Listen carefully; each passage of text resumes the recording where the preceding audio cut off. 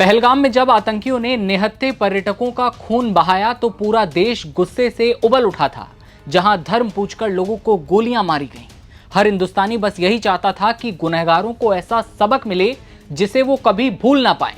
अब एनएसए अजीत डोभाल ने उस सीक्रेट मिशन की कहानी बयां की है जिसने हमारे पड़ोसी और आतंकियों के गढ़ पाकिस्तान में तहलका मचाया था।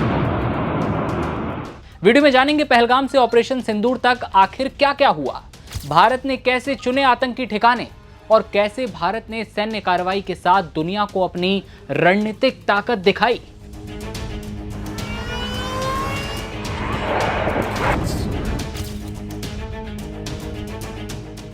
अजीत डोभाल सीक्रेट ऑपरेशन पर खुलासा करते हुए बताते हैं कि प्रधानमंत्री नरेंद्र मोदी का निर्देश बिल्कुल साफ था कि गुनहगार चाहे जमीन में हो, आसमान में या पाताल में, उन्हें ढूंढकर खत्म किया जाएगा।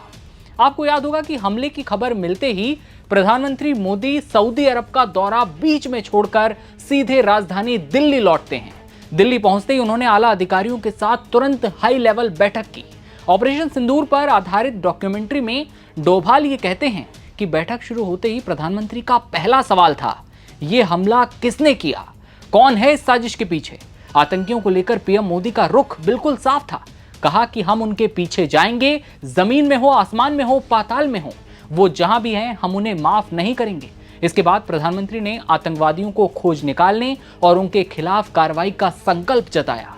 इस डॉक्यूमेंट्री में आप देखेंगे कि कार्रवाई से पहले खुफिया जानकारी जुटाई जाती है। लक्ष्यों की पहचान भारत ने पहले की। अलग अलग हालातों के लिए अभ्यास किया गया। कोशिश ये थी कि हमला बिल्कुल सटीक हो और नागरिक और सैन्य नुकसान को कम रखा जाए। आम नागरिकों पर भारत हमला नहीं करना चाहता।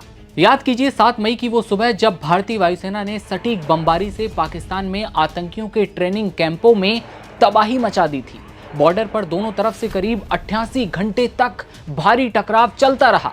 10 मई की शाम जब जाकर ये सैन्य संघर्ष रुक जाता है। भारत ने सिर्फ बारूद से ही जवाब नहीं दिया, बल्कि कूटनीति के मोर्चे पर भी सिंधु जल समझौते को रोककर कड़ा प्रहार किया। और उसी पानी को लेकर आज भी पाकिस्तान यूनाइटेड नेशंस में और दुनिया के सामने जाकर गिड़गिड़ाता है।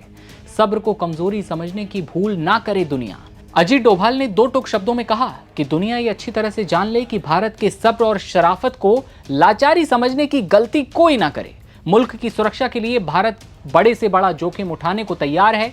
आतंकवाद के खिलाफ ये जंग तब तक जारी रहेगी जब तक आखिरी आतंकी का सफाया नहीं हो जाता। भारत ने 9 आतंकी ठिकानों पर भयंकर तबाही मचाई।